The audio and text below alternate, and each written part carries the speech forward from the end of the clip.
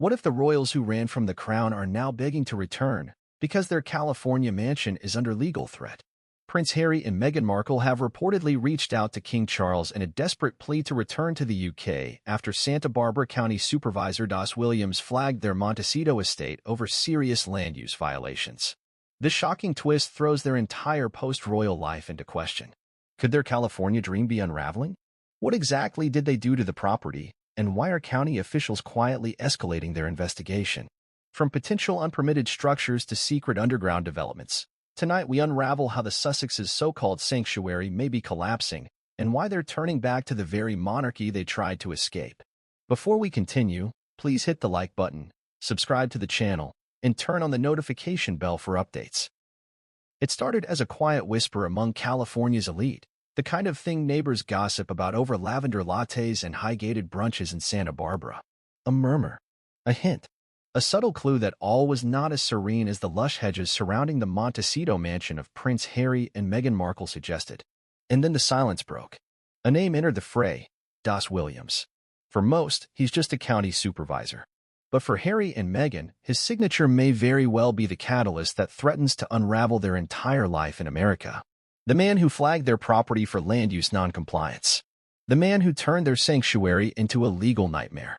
Behind closed doors, the Sussexes are reportedly in full-blown crisis mode. According to sources close to the situation, they've placed desperate calls across the Atlantic. Not to friends, not to celebrities, but to the very institution they once sought freedom from, the British monarchy.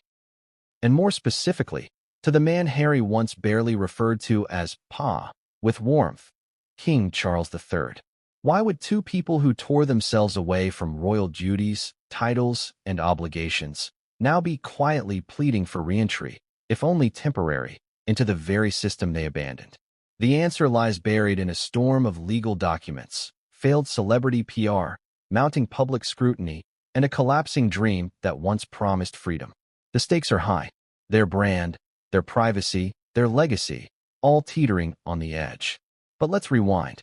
When Harry and Meghan famously stepped back from royal duties in early 2020, it was under a banner of independence. No more royal constraints. No more British tabloids hounding their every step. California, specifically Montecito, was their fresh start. A lush, coastal community filled with artists, entrepreneurs, and retired tech moguls. A place where the beach meets billionaires. Here, they bought their sprawling estate, nestled on over 7 acres, with rose gardens and a pool that stretched like a glimmering promise. They didn't just buy a house. They bought an image. A fortress of their own choosing. No longer subjects of the crown, they became monarchs of their own story, or so it seemed. But the cracks began to show. Not publicly, not at first. A telltale neighbor's complaint. A zoning regulation missed. An architectural modification allegedly not disclosed. And then came the formal inquiry. Dos Williams, with no fanfare, flagged the mansion for violations tied to land use compliance. It wasn't personal. It wasn't political. It was paperwork. But paperwork that could destroy an entire image and possibly force relocation. The Montecito mansion isn't just a place where Archie plays in the garden or Lilibet giggles in her nursery. It's a set, a brand asset, a central character in their Netflix deal, their interviews, their American rebranding. Losing it, even if temporarily, doesn't just threaten their peace, it threatens their power. So when news broke that Harry and Meghan had reached out to King Charles, the world took notice. Not long ago, Meghan Markle sat across from Oprah Winfrey under the cool Californian sky and said, "I just didn't want to be alive anymore," detailing the trauma she faced inside the royal institution. Harry, tight-lipped, nodded in solemn agreement. The implication was clear. They didn't just leave, they escaped. But now, things are different. The whispers coming from London are laced with irony and bitterness. One senior palace aide reportedly quipped, "We offered them stability. They wanted independence. Now they have neither." For a monarchy that has endured divorces, deaths, scandals, and resignations, this is just another chapter. But for Harry and Meghan, this could be the chapter that rewrites everything. Why return to the UK? Well, the request, according to sources, wasn't for a permanent royal role. It wasn't a formal apology or an attempt at reconciliation. It was something far more pragmatic, sanctuary. With the Montecito estate under scrutiny, the Sussexes needed a base. A place to regroup, to lie low, perhaps to quietly recalibrate their entire media strategy. But this isn't just about property lines or legal disputes. It's about reputation. The moment Das Williams signed off on that compliance notice, a domino effect began. Media outlets swarmed. Real estate experts began dissecting the mansion's structure. Drone images. Permit discussions. Was the pool deck extended beyond its legal boundary? Was the guest house legally documented? Every rumor, every invoice, every inch of the estate became potential fuel for public scrutiny. For a couple whose public brand is built on being misunderstood royals seeking refuge, this was a worst-case scenario. You can't play the role of the dignified escapee if your escape is now legally compromised. That's where King Charles comes in. Some insiders claim the plea was made by Harry alone. Others say Meghan initiated the contact, invoking family ties, the children's heritage, and a desire to maintain privacy during an uncertain time. Whatever the case, Charles reportedly didn't slam the door. But he didn't exactly open it either. This wasn't the first time the Sussexes had reached out privately. But this time, the nature of the request was different. Less about status, more about survival. The monarchy's response? Cold, calculated, and conditional. Not cruel, just careful. Because within palace walls, there's a sentiment growing stronger with each passing month. Every time the Sussexes find themselves in trouble, they look back to the very crown they said they didn't need. And each time, it gets harder to welcome them without cost. As royal author Robert Jobson once wrote, the firm is like an iceberg. Only a fraction is seen. The rest is machinery. Unforgiving. Methodical. So the question now is, what does this machinery do when two former members want back in, not out of loyalty, but necessity? It's a question the public is asking too. Is this a moment of karma? Of humility? Of reckoning? Because the saga of Harry and Meghan isn't just about two individuals. It's about a larger struggle between image and reality, between freedom and responsibility, between being royal and pretending you never wanted to be. Now, with legal fires burning around their American home, they may find the only stable ground is the one they once walked away from. As this story unfolds, expect more revelations, more contradictions, and more moments where personal choices collide with public consequences. This isn't just a compliance issue, it's a royal reckoning with modern celebrity, legal accountability, and the limits of independence in a world where every move is watched. And it all begins with a signature on a piece of paper, a flag, a phone call, and a request to come home. It was supposed to be a symbol of freedom, not a source of controversy. The sprawling Montecito mansion Prince Harry and Meghan Markle purchased in 2020 wasn't just a luxurious escape from royal duties. It was their fresh start, the setting for their American fairy tale. A $14.7 million estate boasting 9 bedrooms, 16 bathrooms, a pool, tennis court, tea house, chicken coop, and sweeping views of the California coast.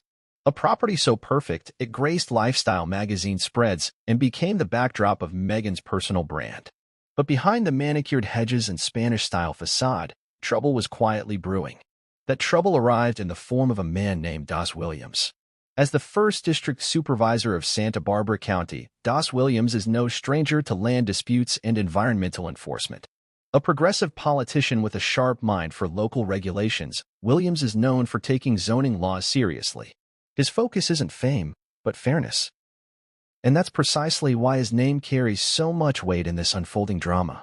Sources inside the Santa Barbara County Planning Department confirmed that Williams flagged the Sussexes' property for potential land use violations following a complaint lodged earlier this year. The nature of the complaint wasn't immediately clear to the public. Some whispered that it involved unauthorized construction. Others suggested the issue revolved around improper land modification, possibly related to stormwater drainage, fencing that exceeded permitted height, or even unapproved changes to outbuildings. But what made this more than a routine zoning check was the property's ownership. In most cases, land use compliance issues are resolved quietly. A few notices are sent, maybe a hearing is scheduled, and adjustments are made to bring the estate into compliance. But when the property in question belongs to two of the most controversial royal figures on earth, a local zoning issue becomes a global news story. Das Williams, in his public statement, remained careful not to name names. Every property owner in Santa Barbara County is expected to follow the rules and comply with the regulations in place to preserve the integrity of our land and community, he said at a local board meeting. It was a generic, diplomatic remark. but insiders knew exactly who he was referring to. Behind the scenes, his office was coordinating with the county's planning and development department to assess a series of modifications made to the property since its purchase. What were those modifications? One allegation centers around the estate's guest house, believed to have been renovated or expanded beyond its originally permitted use. Another issue, more pressing, involves reports of unauthorized landscaping that altered protected terrain near a seasonal creek. In Montecito, land is more than real estate. Its environmental legacy. Strict rules govern water flow, soil movement, and even the type of vegetation allowed in specific zones. Violate those rules, and you're not just facing a fine. You're inviting regulatory scrutiny that can unravel your entire property value. According to a local real estate compliance consultant familiar with the case, one of the possible violations could stem from an expanded pool deck and retaining wall not found on original zoning permits. While seemingly minor to the average homeowner, in Santa Barbara County, these alterations can trigger a cascade of legal obligations, including new environmental impact assessments, erosion control measures, and updated tax assessments. Then there's the question of use. Sources claim the Sussexes may have used the estate, particularly its grounds, for commercial activity without securing the necessary permits. A wedding-style shoot, staff meetings for Archwell, and other Netflix-adjacent productions are rumored to have taken place there. While there's nothing inherently illegal about hosting media content on private property, doing so for profit on land zoned strictly residential can be a violation under Santa Barbara County ordinances. The county planning department neither confirmed nor denied these allegations. But the increased activity around the property, including aerial drone footage, neighborhood complaints about traffic, and a sharp uptick in noise-related reports, suggests that this isn't just a small paperwork error. It's a pattern of oversight, or, critics argue, entitlement. Why does this matter? Because the couple's entire image is built on privacy, integrity, and legal autonomy. To be flagged for basic land use violations is not only embarrassing, it's damaging, especially when they publicly criticized others for not upholding ethical standards. This is where the scrutiny grows sharper. The Montecito mansion isn't just a house. It's central to their brand narrative. Oprah's interview, filmed on a nearby estate, but directly tied to their Montecito lifestyle. Meghan's podcast, branded with a woman-centered voice and California vibes. Even their Netflix docuseries included sun-drenched shots of the property's exterior and lifestyle clips suggesting tranquil mornings in the garden. The mansion is their message. We left the royal family for this. So what happens when this is found to be non-compliant with local law? Real estate attorneys watching the case unfold suggest that if the couple is found in violation, they could face steep fines, be forced to dismantle unapproved modifications, and, if additional violations are discovered, potentially lose rights to portions of the estate until they are corrected. It's not a criminal matter, but it's a public one. And in Hollywood, public perception is currency. An anonymous staff member at a neighboring estate revealed that Meghan has been seen entering and exiting the property far less frequently in recent weeks. She used to jog along the back trail almost daily, always had sunglasses on, always waved at the gardeners. Lately, she's been scarce. Some say it's the paparazzi. Others say it's something deeper. It's easy to dismiss land use compliance as bureaucratic red tape, but in California, these issues can spiral quickly. Montecito, in particular, is governed by the Montecito Planning Commission, a hyper-specific agency created to maintain the community's unique character and environmental balance. The commission has the authority to enforce code, revoke permits, and demand court action when property owners fail to address violations. If William's office is escalating this to that level, the Sussexes aren't facing a mild warning. They're in real trouble. The situation is compounded by the optics. To critics of Harry and Meghan, this is poetic justice. For years, they've styled themselves as champions of ethics and morality, launching lawsuits against media companies for intrusion, speaking against misinformation, and calling for accountability at every turn. Now they face questions over whether they themselves played fast and loose with local laws. Some say it's hypocrisy. Others call it karma. Supporters argue it's an honest mistake. Anyone who's dealt with California zoning knows it's a nightmare, especially on historical land, says an LA area real estate agent. But the problem is, when your name is Markle or Windsor, mistakes become headlines. And that's the heart of the problem. What should have been a quiet compliance correction has now become a national and even international story. Reporters camped outside Montecito cafes are pressing residents for quotes. Drones buzz overhead. Aerial photos are dissected on social media like architectural crime scenes. Every deck, every tree, every square foot of the property is under surveillance. According to a report from a private security firm once employed by the Sussexes, the couple recently expanded surveillance and installed 2 additional security cameras on the east perimeter of the property. That may seem unrelated, but insiders say it's a sign of growing concern, not about intruders, but about the media. The very same media Harry has spent years fighting in court. Perhaps the most striking part of this land use saga is how it underscores the vulnerability behind the Sussexes' glitzy exterior. With their mansion under question, their entire sanctuary is exposed. It calls into question their future in Montecito, their financial stability, and their image as American royalty. And most importantly, it forces a question no one expected them to ever ask again. Do we need the palace?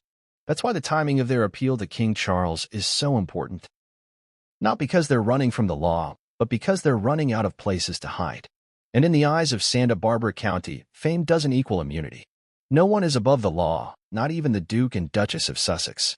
Inside the towering gates of their Montecito estate, what was once a sanctuary of carefully constructed calm had turned into a fortress of panic.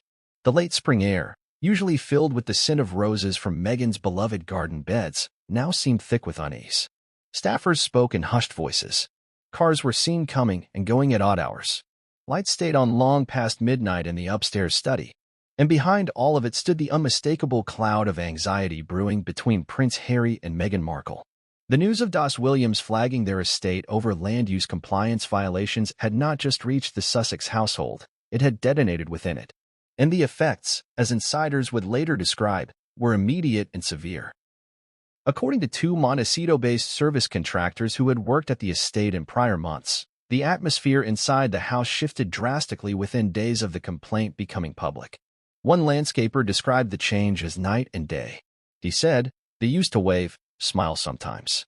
She, Meghan, even offered juice once when it was hot. But after the second week of May, the gates shut earlier, the cameras doubled, and the household staff looked tense." Harry, by all accounts, was devastated, not just by the implications of the violation, but by the way it forced his hand. One of the cornerstones of his post-royal life had been autonomy.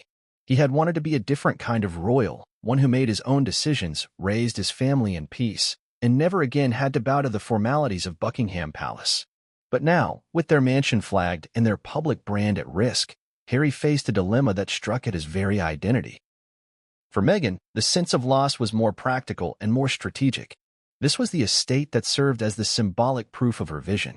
It was where she curated her lifestyle, filmed her projects, and orchestrated interviews and photos that shaped her public image. It was her safe place, a controlled environment.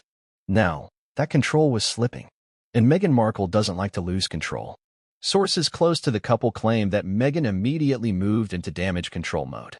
Meetings were allegedly held with PR consultants, attorneys, and real estate advisors. One notable Hollywood crisis manager, who asked to remain anonymous, said, "When high-profile figures like the Sussexes face legal pressure, the real concern is never the fine or the fix, it's the fallout." The headline writes itself, "Royal rebels under legal fire." That's what they were trying to get ahead of.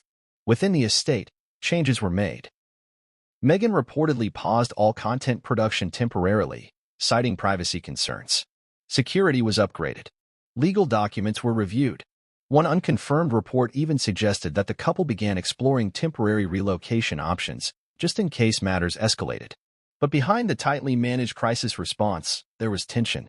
Those close to Harry described him as conflicted and reclusive. One former staffer alleged he spent hours alone in his study, poring over old family letters, walking the perimeter of the garden trail alone, and declining meetings with Archwell partners. "He just shut down," the source said. "When stress hits, Harry retreats. He's always done that, even back at Kensington. But this time, it felt different, like he was genuinely lost." What made it worse was the silence from across the ocean. Despite multiple attempts, both formal and informal, Harry received no immediate acknowledgement from Buckingham Palace. The royal communications team, under strict instruction, declined to comment publicly or privately. And within that void, the isolation felt sharper than ever. Meghan, in contrast, remained visibly active. Though she avoided public appearances, she allegedly maintained daily calls with her media team and legal advisors. Her frustration, insiders say, was directed not just at the county officials, but also at the perceived lack of protection from what she still considers her extended royal circle. She expected more, said a former friend of the couple, now distanced from them. She may have walked away from the titles, but she still assumed that in times of real threat or scandal, there would be a family shield, a safety net. She's learning now that it doesn't work like that. Behind closed doors, the couple began to consider the unthinkable, contacting King Charles. It wasn't a light decision. For months, their relationship with the royal family had been publicly strained. Private letters had gone unanswered. Attempts to smooth things over, particularly after Queen Elizabeth's funeral, had fallen flat. William refused to engage. Camilla, according to reports, remained unmoved.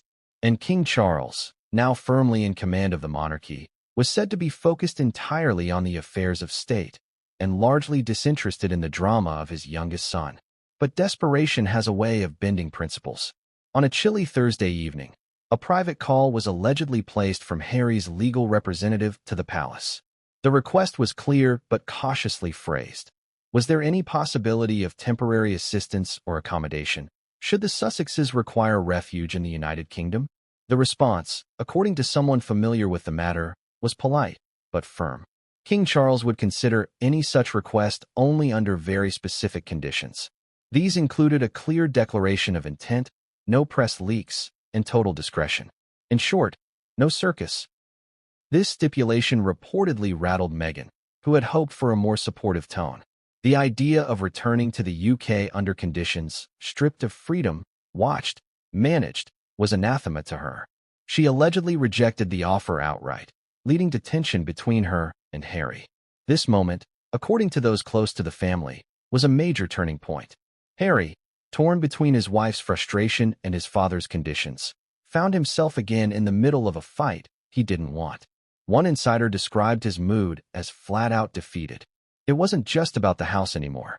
It was about the sense that, for all their attempts to create a new life, they were still subject to the same fears, the same dependencies, and the same painful ties they thought they'd left behind. The situation worsened when new headlines emerged, suggesting that the Montecito mansion had a history of questionable modifications dating back to previous owners. Some of these stories, according to the Sussexes team, were inaccurate, but they stuck. As always, in the court of public opinion, the truth is only one part of the trial. Inside the estate, damage control transformed into containment. Meghan's mother, Doria Ragland, was spotted arriving at the property days after the story broke. Some believe she came to provide emotional support for the couple, especially for Meghan, who was reportedly experiencing heightened anxiety over the scrutiny. Archewell staff were asked to work remotely for a week while the legal situation stabilized. Meghan, according to one source, took charge of preparing contingency plans, including a potential move to Beverly Hills, where short-term rental properties had already been quietly researched. Meanwhile, Harry began reaching out to trusted confidants from his past. One of them, allegedly a former royal aide who had since left the palace, described the call as a man looking for a lifeline. He didn't talk like a prince. He talked like a husband, a father, a man who felt cornered. But perhaps the most telling moment of this crisis phase came one morning in early June, when a lone paparazzi photograph surfaced. It showed Harry, dressed casually in a gray hoodie and baseball cap, walking alone outside the property's edge, eyes down, phone in hand. No security detail, no SUV, no entourage. It was a stark contrast to the controlled, manicured images the couple had tried so hard to project. No smiles, no sunshine, just solitude. The caption that accompanied the photo in a UK tabloid read, "The Duke of California, not so golden now." As the legal battle looms and the reality of their predicament sets in, the Sussexes are learning the cost of independence, not the symbolic cost, but the real one. The cost that comes when the fortress cracks, when the brand shakes, when the people who once applauded your escape now ask if you'll return. To the family, to the fold, to the system you once rejected. In the coming weeks, their every move will be analyzed, every press release dissected, every drone flyover examined. But inside that estate, behind the walls and tinted windows, The truth is simpler and sadder. Two people, once at the peak of their reinvention, now find themselves cornered by law, by circumstance, and by choices they can no longer undo. There are calls made from desperation that reveal more than any interview, any memoir, or any press statement ever could. And behind the closed doors of the Sussex Montecito estate, one such call reportedly took place, a call not to a lawyer, not to a Hollywood agent, but to a palace, to the very heart of the institution they so dramatically escaped, to King Charles III. For Prince Harry, placing that call was not a moment of defeat, it was one of reluctant necessity. And for Meghan Markle, it was an act of cold strategic calculation.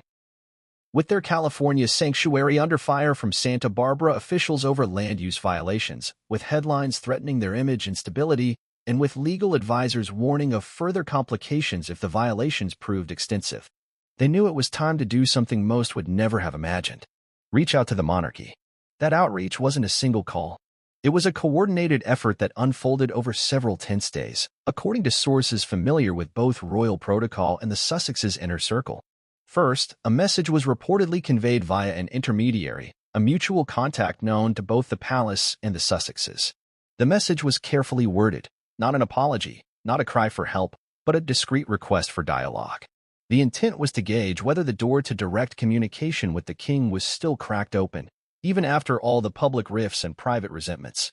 The reply came, but not from Charles himself.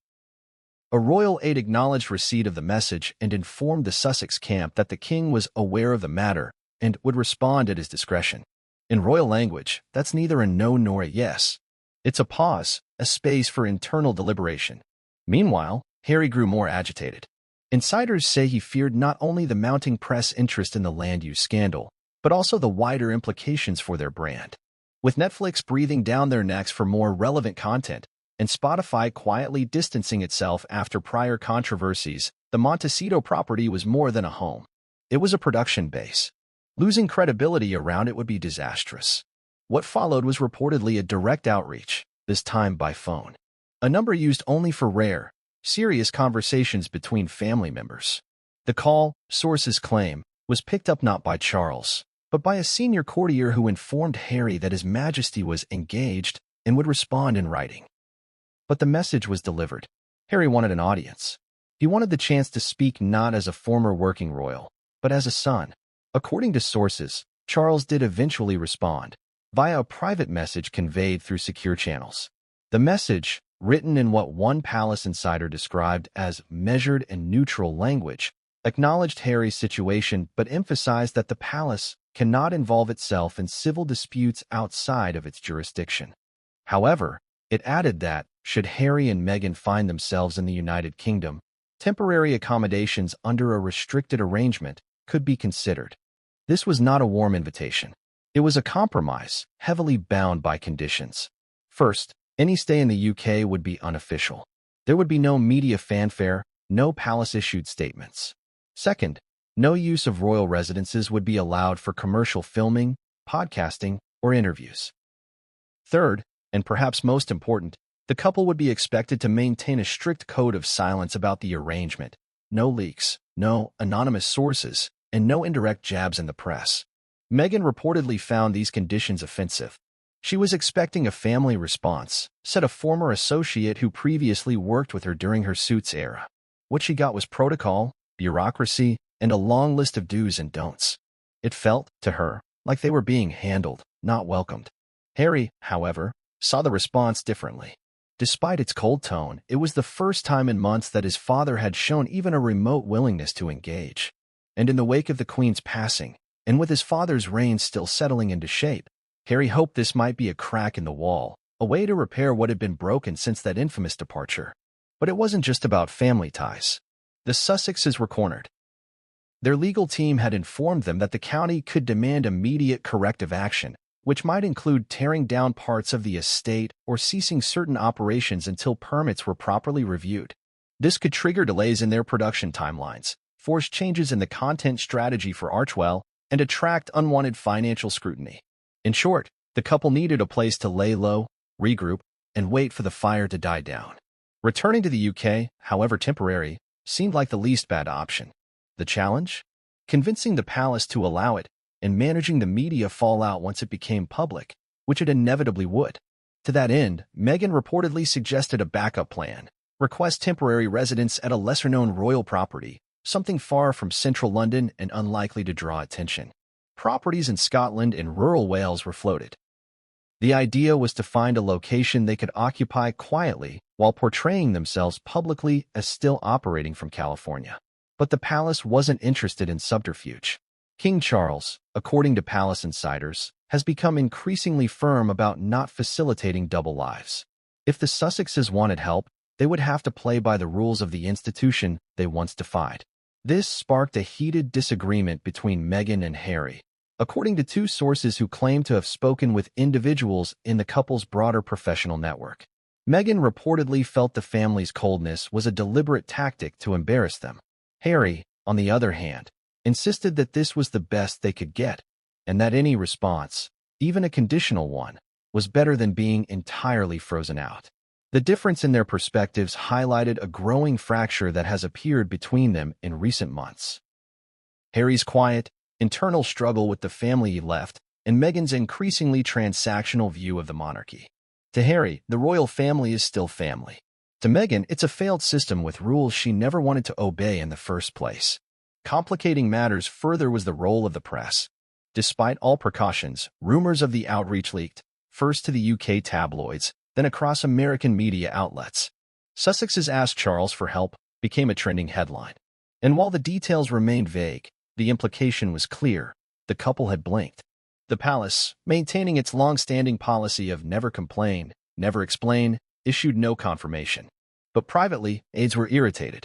One palace official reportedly said, "They come to us for help," and then let the press spin it for sympathy. It's the same cycle again. On the West Coast, the Sussexes went into a communications blackout. Meghan canceled a scheduled appearance at a charity event. Harry declined interviews. The Archwell team, usually active with updates and social messaging, went silent. Behind the scenes, their public relations team scrambled to contain the narrative. But the damage had already been done. To critics, this was proof that the Sussexes had overplayed their hand. They distanced themselves from the royal family, built an empire on their version of events, and now, facing real-world consequences, were crawling back. To supporters, it was a testament to the couple's humanity, that they could still seek help, still value family, still act pragmatically in the face of adversity. The truth lies somewhere in between. This outreach to King Charles was not about rejoining the firm or reclaiming titles. It was a tactical retreat, a strategic recalibration, a way to buy time while their lawyers handled the mess in California. And perhaps, for Harry, it was also something more. A faint hope that, amidst all the drama, his father might see not the Duke of Sussex, not the Netflix celebrity, but simply his son. What will come of this fragile line of communication remains unclear. So far, no formal arrangements have been made. The king remains non-committal. William, according to those close to him, is staunchly against any re-entry, temporary or otherwise. Camilla, ever pragmatic, believes any association will only bring more chaos. And Meghan? She has reportedly shifted focus once more, this time toward international alternatives. A move to Dubai, a brief residency in Canada, even a short-term stay in Portugal have been considered. For now, the outreach to King Charles stands as a symbol, a moment of tension and contradiction, a chapter in the ongoing saga of two people who left the monarchy but find themselves, time and again, unable to escape it. In the days to come, more may be revealed. Perhaps another letter will be sent. Perhaps another call will be placed. Perhaps King Charles, after reflection, will soften. Or perhaps the door will remain closed, and the Sussexes will continue to orbit the institution that made them, broke them, and continues to haunt them. Buckingham Palace has stood for centuries as a symbol of restraint, formality, and command. Within its marble halls and oak-paneled drawing rooms, monarchs have been crowned, alliances forged, and family dramas quietly swept under antique rugs. But in the age of global media and instantaneous scandal, even the grand walls of the monarchy cannot mute the echoes of trouble when it involves its most controversial members. Especially when those members are Prince Harry and Meghan Markle. When word reached London that Harry and Meghan had quietly reached out to King Charles amidst a brewing legal crisis in California, it didn't arrive through press headlines. It came first through royal channels.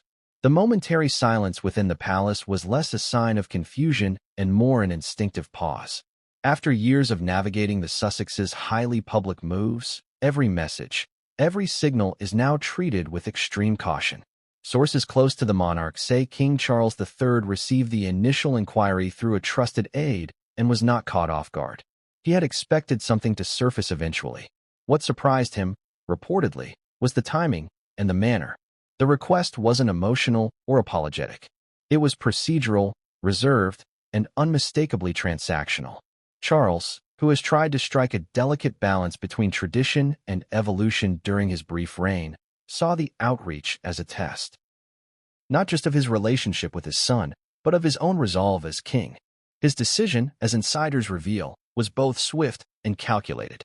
He didn't say no, but he didn't say yes. Instead, he crafted a response that was rooted in caution, laced with formality, and guided by palace precedent. His Majesty is open to maintaining dialogue, said one source familiar with the situation, but he is unwilling to jeopardize the integrity of the crown for personal indulgences. That response was delivered not directly by phone, but through an official statement from the royal household, sent via a secure and private route. The king, it was made clear, would consider providing discreet assistance in the form of accommodations or temporary support if, and only if, several conditions were met. These included strict confidentiality, no use of any royal premises for personal branding, and an explicit commitment to refrain from media exploitation of any arrangement made.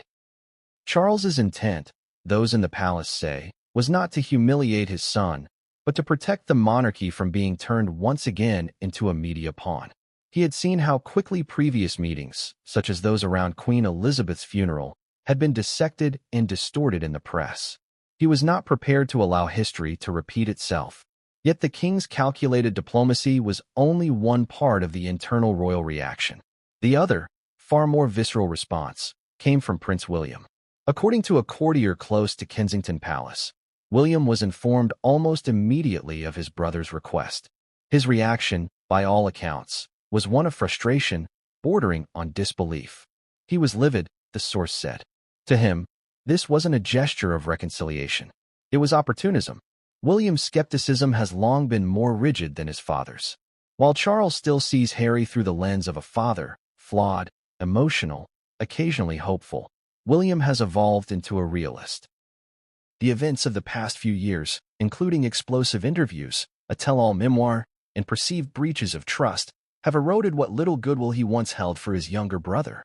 When the call from Harry came, William reportedly argued internally that the palace should issue a flat refusal. He believed any assistance given now, especially in the face of a public legal crisis, would be perceived as royal validation. Worse, it could open the door for another wave of manipulated media narratives, something he has worked hard to avoid since becoming the Prince of Wales.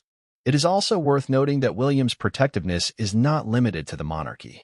His wife, Catherine, Princess of Wales, has been the target of intense media speculation and alleged off-the-record criticisms reportedly traced back to the Sussex circle. For William, this is personal. To allow Harry and Meghan back, even under constrained circumstances, would feel like an insult to the dignity of the royal household and, perhaps more importantly, to his own family. One aide quoted William as saying, "We can't keep being the fallback when California collapses." His position carried weight. Though Charles is monarch, William holds increasing influence as the heir apparent and one of the most senior working royals.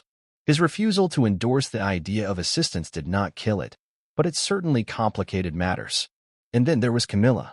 Queen Camilla, who has always maintained a more reserved public persona, reportedly expressed quiet but firm opposition to the Sussexes returning in any formal or semi-formal capacity. According to a source in her private staff, Camilla's opinion was clear. They've made their bed. Let them lie in it.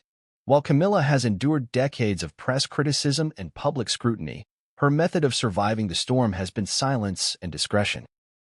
In her eyes, the Sussexes have played a very different game, weaponizing the media, leveraging victimhood, and drawing attention to themselves even at the expense of the institution. Camilla's influence on the king is subtle but significant. Behind the scenes, she is one of his most trusted advisors, often helping him navigate the human aspect of monarchy, when to be lenient, when to be formal, and when to draw a line. In this case, she reportedly reminded Charles of the consequences of appearing weak or indecisive, particularly with the monarchy still stabilizing after the death of Queen Elizabeth II. Together, the reactions from the King, William, and Camilla formed a quiet but unified front. Limited assistance might be extended, but it would be strictly conditional, closely monitored, and framed as a private family act, not an institutional one. Still, the very fact that such a debate occurred inside the palace shows the weight of the request. It wasn't dismissed outright. It was studied, debated, and handled with cautious deliberation. Meanwhile, other senior royals and courtiers reportedly shared mixed opinions. Princess Anne, known for her no-nonsense attitude, is said to have supported Camilla's position. Prince Edward, the king's brother, reportedly advocated for a more diplomatic response, arguing that the public, especially the younger generation, might see some gesture of reconciliation as a mark of compassion and strength. But for most inside the palace, the guiding principle was clear. Whatever was done could not appear weak, foolish, or easily manipulated. There were also practical concerns. With Frogmore Cottage no longer at the Sussex's disposal, and the couple no longer holding any official royal duties, the logistics of housing them, however temporarily, posed questions of protocol and optics. Would the press find out? Would the public view it as backtracking on Megxit? Would taxpayers question any financial implications? The royal household, already managing preparations for King Charles's expanded role in upcoming Commonwealth engagements, did not want to become a stage for yet another tabloid frenzy. In the end, the decision that emerged was a careful balancing act. A quiet offer would be extended, under heavy conditions and with zero ceremonial accommodation. If the Sussexes wanted a roof under the crown's protection, they would receive it. But they would receive it as guests, not as royals. And that distinction, in the eyes of the palace, was everything. As the news simmered beneath the surface, the British press began to stir. Leaks, deliberate or accidental, began to hint at the growing tension. Crisis call to Charles splashed across a London tabloid's front page. A broadsheet speculated whether the king's olive branch was actually a trap. Opinion writers asked if the monarchy was bending too far for the sake of family harmony. For the public, the lines of loyalty remained as divided as ever. Supporters of the royal family lauded Charles for standing firm and praised William's refusal to open the gates too easily. Others, sympathetic to Harry and Meghan's situation, saw the palace's terms as unnecessarily harsh and cold. But for the royal family, this was not a matter of popularity. It was about precedent, about ensuring that the institution of monarchy could not be used as a revolving door, abandoned in favor of independence and then summoned in moments of difficulty. And while Charles's response was measured, it carried a subtext that could not be ignored. The age of sentimentality was over. The monarchy under King Charles III would be pragmatic, strategic, and self-preserving. Not cruel, but not soft either. So as Harry and Meghan await further resolution in California, they do so knowing that their reach across the Atlantic was heard, but not embraced. A door remains cracked open, but it leads not to comfort, not to redemption, but to scrutiny, rules, and restraint. To outsiders, it's just another luxurious address in California's most elite neighborhood.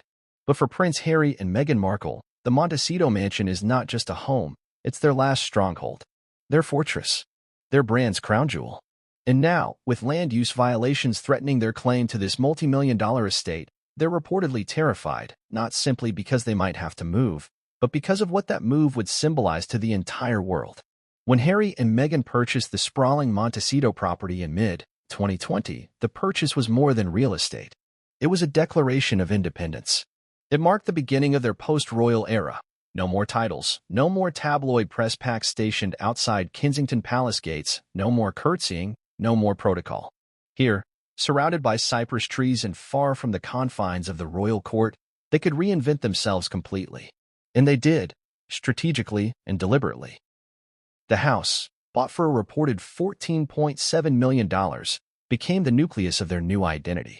Oprah's groundbreaking interview may have taken place in a neighbor's garden, but the Montecito mansion was the unspoken centerpiece of that conversation.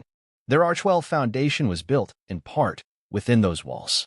Their Netflix series, Spotify podcast, and numerous philanthropic partnerships were all headquartered, even symbolically, from that estate. It was their castle, self-built, self-funded, and supposedly free of crown interference. But freedom, as they're now learning, has its own chains. Because in California, Particularly in Santa Barbara County, no one is immune from regulatory scrutiny, not even former royals. The fear of losing Montecito isn't just about being displaced. It's about everything that his state represents. The meticulously curated image of California royalty. The American dream narrative. Their escape from rigid British tradition into a lifestyle of freedom, authenticity, and self-expression. The sprawling gardens, the private office studios, the luxurious interiors, all seen in passing through documentary footage and profile interviews. These are more than lifestyle perks. They are symbols. Without them, what remains? Privately, friends say Meghan is the most rattled. A former associate of the Duchess, who once helped coordinate early events for Archewell, says, "This house is Meghan's vision. She chose it. She designed much of the interior aesthetic. She created it to reflect the values she wanted people to associate with her. If they lose this place, it's not just a legal inconvenience, it's a brand collapse." Sources close to the couple have confirmed that extensive customizations were made to the property after purchase. These included renovations to the kitchen and bedrooms, landscaping additions, and rumored expansions to the outdoor guest areas. Some of these changes may now be the very ones under investigation by Santa Barbara officials, who have reportedly begun reviewing permits, surveying boundaries, and examining drone footage provided by both press and anonymous community sources. This is where the legal complexity deepens. If any modifications were made without proper permits, especially in areas subject to environmental protections, the couple could be ordered to make expensive reversals. That could include tearing down structures, halting use of specific sections of the land, and paying hefty fines. But more damaging than the cost is the potential public perception.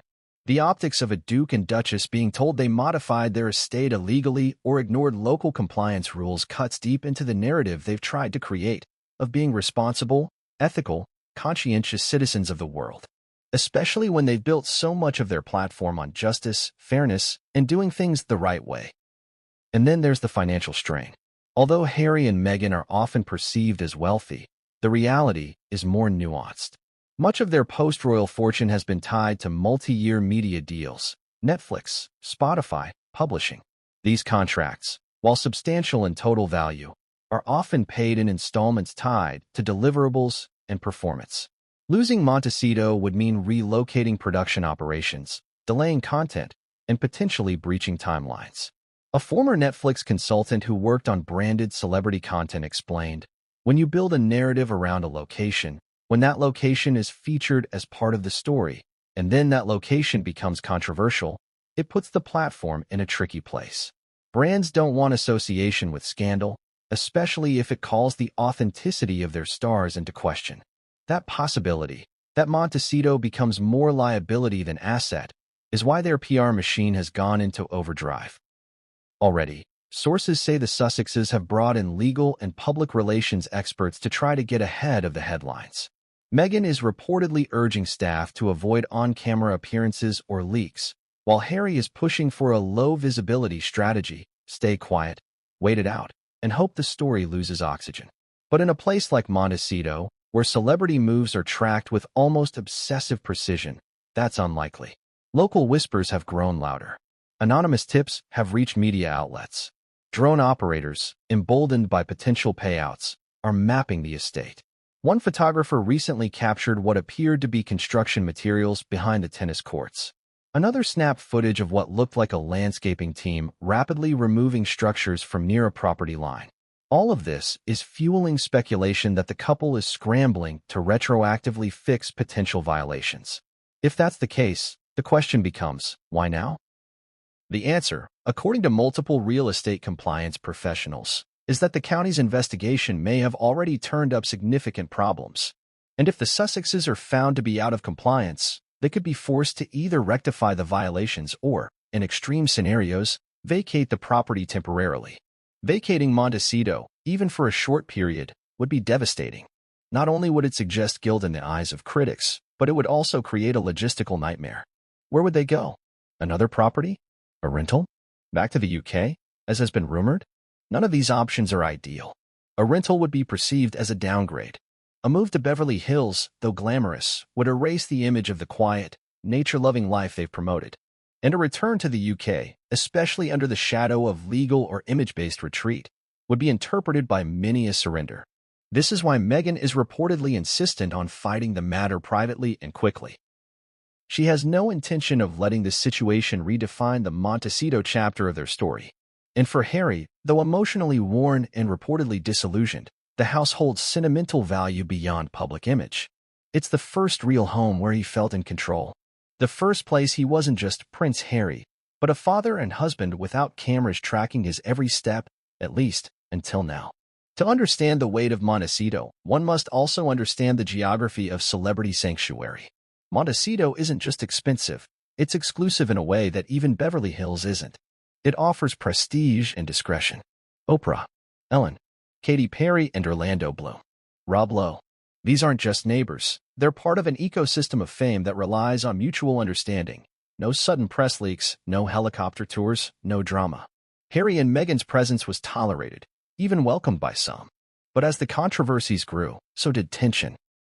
Local sources say not all neighbors have remained supportive. A few have reportedly complained about increased media attention, others about construction noise or security operations. If the Sussexes lose favor in their own neighborhood, or worse, are forced to leave, it sends a message far more damaging than any tabloid story. It says, even in the land of the free, freedom has limits. And now, with their entire brand entangled in that address, from their interviews to their social causes, their foundation work, their reputation as independent royals, they're on the verge of watching the entire facade destabilize.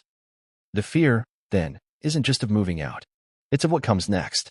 Where do you go when the life you built to escape a system begins to crumble?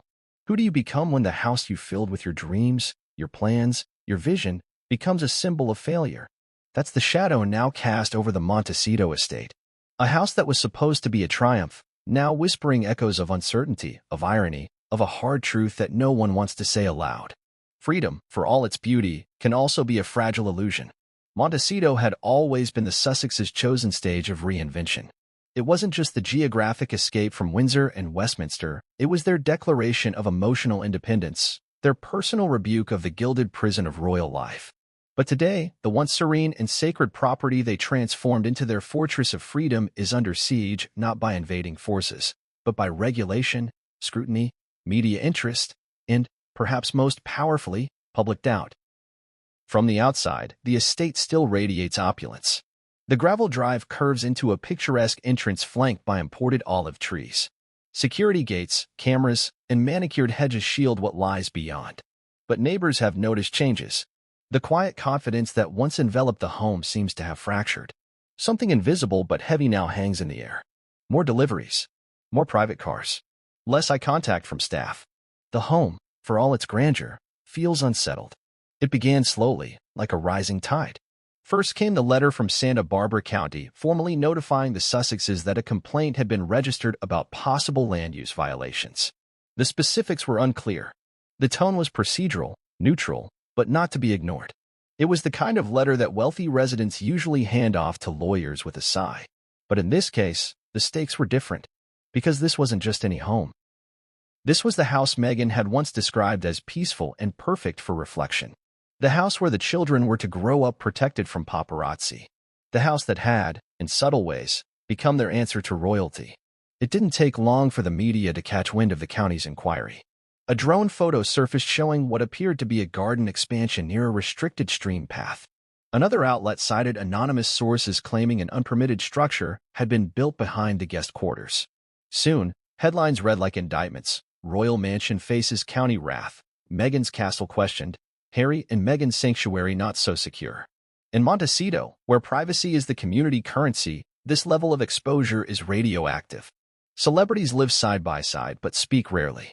Boundaries, both physical and social, are fiercely respected. And when one household attracts unwelcome attention, it is often seen not just as a personal issue but a neighborhood disturbance. Within days, private security around the Sussex estate reportedly doubled. New surveillance equipment was rumored to have been installed. Lights flicked on through the night. Deliveries began arriving in unmarked vans, and cars were turned away from the gate more aggressively than before. Even their team, which often came and went on a relaxed schedule, was now said to be operating on tightly controlled rotations. One local business owner, whose company previously provided catering services to the household, noted that in the last 2 weeks, all bookings had been paused until further notice. He said, "It's like they've gone underground. Completely shut themselves off." Behind closed doors, Meghan was said to be livid. According to two people who once worked with Archwell, Meghan thrives in control. Every public message, every charitable initiative, every photo is managed to fit within a broader narrative. And this narrative, of the enlightened, ethical, calm life they had built, was now being threatened by something she could not edit, rewrite, or reframe. She reportedly instructed staff to cease any new public scheduling until further notice. Upcoming media appearances were quietly postponed. Ongoing communications with Netflix and Spotify were reduced to minimal updates. Even the social media channels linked to their brand went unusually quiet. Meanwhile, Harry appeared to spiral inward. Friends say he took to walking the grounds alone, headphones in, his phone always in hand. He rarely left the property. One employee described seeing him standing on the upper balcony one morning, staring at the ocean without moving for nearly half an hour. To both, the estate had become a stronghold, but now it felt like a pressure cooker. The press outside was relentless. Paparazzi parked on public roads with long-range lenses. Drones, many of them operated by private hobbyists seeking a lucrative tip, began appearing over the trees at odd angles. Some images showed temporary fencing near the back of the property. Others zoomed in on what appeared to be hastily moved furniture near a guest house structure. Speculation ran wild. Were they preparing to move? Were they hiding evidence of unpermitted modifications? Were they bracing for county officials to arrive? What few knew then was that, according to insiders, their legal team had already been in private negotiations with Santa Barbara officials, trying to navigate a resolution behind closed doors. The Sussexes, desperate to avoid a public courtroom battle, were reportedly offering a fast-track plan to correct any discrepancies in exchange for confidentiality and minimal fines. But the damage to their image was already done. Public fascination with the Sussexes has always thrived on duality. Fans see them as brave escapees of an archaic system. Critics view them as self-promoting opportunists. But what this situation has exposed, more than any interview or documentary, is their vulnerability. They are no longer protected by the institution of monarchy, no longer shielded by royal protocol. They are, in the eyes of American regulation and law, private citizens, and private citizens are not immune from consequence. The siege of Montecito is not of armed guards or royal courtiers. It is of whispers, headlines, drone footage, neighborhood tension, and legal uncertainty. And perhaps worst of all, of doubt. Doubt in their security, doubt in their strategy, doubt in the stability of the very life they have fought to build. And then there's the internal siege, the one within their walls. Multiple sources say the couple's relationship has been strained by the pressure. Meghan, determined to fight, has reportedly pushed for a more aggressive legal strategy, even entertaining the idea of going public with their side of the story. Harry, in contrast, has preferred discretion. He fears another media firestorm. He's tired of being the story. He wants peace, even if it comes at a cost. Their differences in approach, always present beneath the surface, have reportedly come to the fore during this crisis. Heated discussions behind closed doors, conflicting advice from their respective teams, and a widening emotional gap as they try to navigate not only the external chaos but the internal consequences of the life they've chosen. Some close to them believe this moment may be the first time they've truly felt the weight of full independence. Because for all their public talk of liberation, the reality of being entirely alone in the face of real, complex, adult problems, legal, financial, reputational, is something neither has ever truly faced before. Harry grew up in a system where help was always available, where courtiers solved problems before they became headlines, where the royal family, despite its dysfunctions, protected its own when necessary. Meghan, on the other hand, mastered media control and brand strategy, but not necessarily institutional warfare like this. Now, there is no buffer, no firm, no palace, just two individuals in a house that's being watched from every angle, trying to hold together the image they spent years constructing. And the question they must now face is chilling in its simplicity. What happens if it all falls apart? If Montecito is compromised, even symbolically, can the brand recover? Can the story of royal rebels thriving in California paradise continue? Or does it end with a compliance notice, a flurry of drone images, and the quiet departure from the very fortress they once swore would be their forever home? For now, the siege continues. No sirens, no scandals, Just pressure, building brick by brick, shadow by shadow. A fortress that once stood for freedom, now surrounded by the consequences of fame, choices, and the inescapable truth that even royalty, once unbound, is never truly free. There's a strange magnetism about the Montecito estate. To the public eye, it has always appeared to be nothing more than an opulent retreat, pristine, sprawling, and soaked in California light. But beneath its white stucco walls and under its meticulously landscaped terrain lies a network of unanswered questions, quiet modifications, and elusive rumors that have followed Harry and Meghan since they first moved in. Now, as land use violations threaten the estate's legitimacy, what was once speculation is turning into serious inquiry. What exactly has been going on behind those hedges? The estate spans over 7 acres and was purchased by the Sussexes in 2020 for approximately $14.7 million. It boasted 9 bedrooms, 16 bathrooms, a library, a spa, a gym, a wine cellar, a separate guest house, a chicken coop, tennis courts, rose gardens, and a pool house. On paper, it was a dream, on par with the homes of tech billionaires and entertainment royalty. But as local officials begin to comb through the estate's land use compliance, they're beginning to notice inconsistencies. Discrepancies between original property permits and what exists today. It starts with the guest house. Originally listed as a modest 2-bedroom auxiliary dwelling, the guest house is now, according to several sources, significantly